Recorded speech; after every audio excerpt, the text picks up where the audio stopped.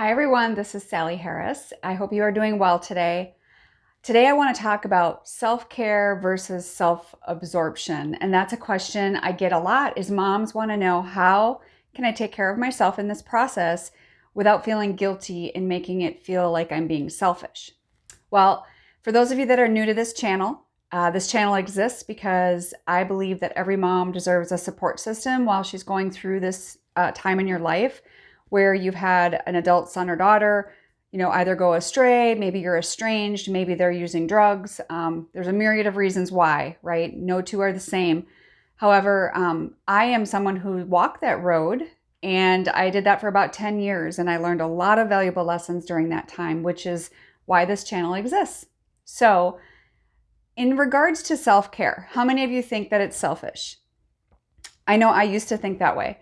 And actually, to be honest with you, it wasn't until I started doing self-care that I started getting better.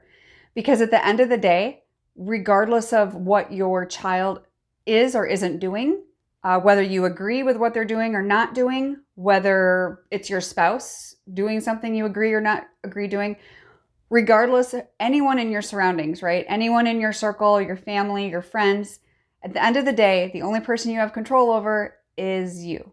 And so it's super important that you practice self-care no matter what's going on in your life.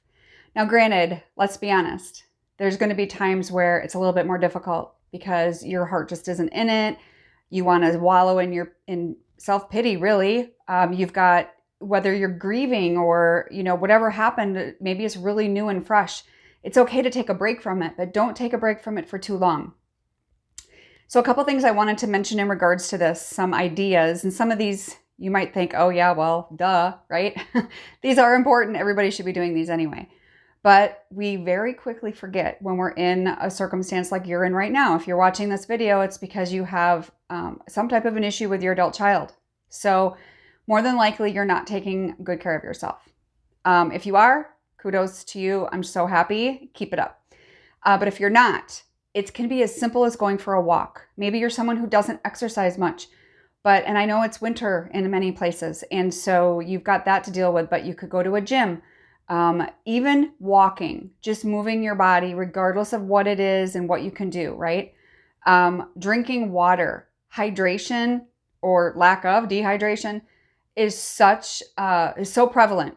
So many of us are dehydrated. And I drink a lot of green tea. And so I'll be honest, I have to really focus on getting my water in. And I'm not perfect at it all the time. But if I don't do it long enough, I can tell a difference. And I just don't feel right.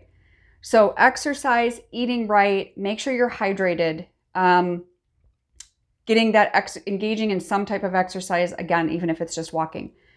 If you do have some sunshine, right? Well, we all have sunshine, some more than others this time of year especially.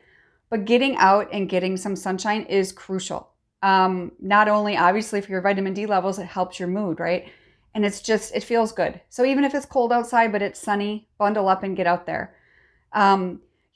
Self-care really has very little to do with self-absorption. The problem is, or I should say the way that you could differentiate it is the outcome. Because when we self-indulge, for me personally, I can say I used to self-indulge with food and alcohol. And when I was doing those things, the outcome was never good. There was really nothing good that came of that besides obesity and, poor health from the alcohol, right? A lot of inflammation.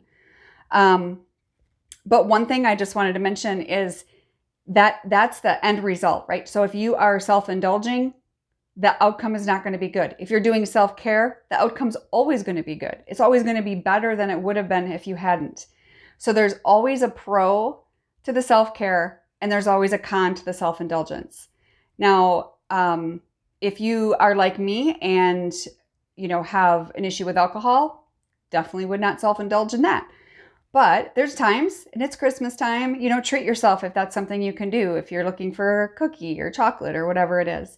I know I have my moments when I do that too. It's just knowing when enough is enough, right? Just have that treat and be done.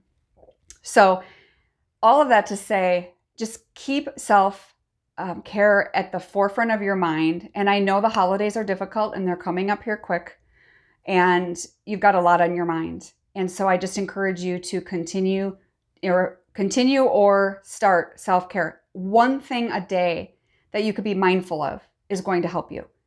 So I hope that gave you a little bit of encouragement today. I will see you again soon. I will put a link below.